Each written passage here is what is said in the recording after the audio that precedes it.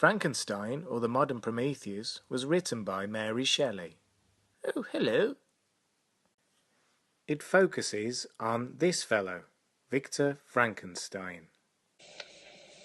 That's Frankenstein. My sincerest apologies, Dr. Frankenstein. Anyway, Victor goes on to create this good-looking fellow. His limbs were in proportion, and I had selected his features as beautiful. Beautiful, great God! His yellow skin scarcely covered the work of muscles and arteries beneath. His hair was of a lustrous black and flowing, his teeth of a pearly whiteness, but these luxuriances only formed a more horrid contrast with his watery eyes, that seemed almost of the same colour as the dun white sockets in which they were set, his shrivelled complexion and straight black lips. The text goes on to examine different themes, love, death, belonging, family, through Victor and his creation's experiences. But why consider these themes through the eyes of a monster? Well, we're going to consider this through the critical theory of Russian formalism. Russian formalism began in 1917 with the publication of Viktor Shklovsky's Dos Svadanya paper, Art as a Technique. In this paper, Shklovsky introduces the idea of defamiliarization. Shklovsky explains this idea by quoting a passage from Leo Tolstoy's diary. What Tolstoy basically said was that because dusting his room had become such a force of habit that he did it unconsciously, which left him unsure as to whether he had actually dusted his room or not.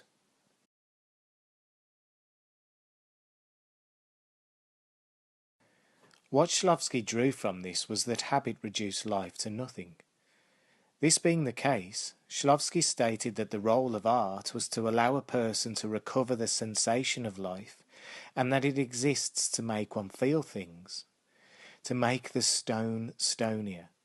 Shklovsky theorized that art did this by making normal things seem unfamiliar, by defamiliarizing things so that we pay attention to them once more. Take, for instance, these two good friends discussing what they did the night before. Evening, Dracula. Evening, monster. I heard about you having some mischief last night. Me? Yes, your reputation. Nonsense. So what? Come on, spill the beans. Tell me all the gory details. All the gory details? Yes. Well, there's not really much to tell. I thought I'd go for a little walk last night. I walked past the old abandoned doll factory. Ah, the doll factory. Brings back memories of my birth, that does, being stitched up. Of course, yeah. Innocent times. Did a good job. Yeah. You can't notice. You can hardly notice at all. No, not at all. And then I thought I'd have a little walk through the shadows into the old cemetery, the old graveyard. Yes, they've given me a hand or two. One or two people's favourite haunts. Indeed. And then I thought, shall I go for a drink? I could go to the Gravedigger's Arms, and I thought, well, that's very civilised. And I was extra thirsty last night. And I thought I would hang around in the shadows, skulking around like this. Ooh. And I saw somebody walk past, and I stalked. I stalked some more. I followed the shadows and straight in for the jugular. And wait for it. Strawberry milkshake. A good old suck. Oh, yes. And I filled myself up and I thought, wonderful. This experience could quite simply have been summed up by, yeah, me old China, I went down the pub. But by defamiliarizing it, we pay more attention to an everyday activity. And so it is with Mary Shelley's Frankenstein.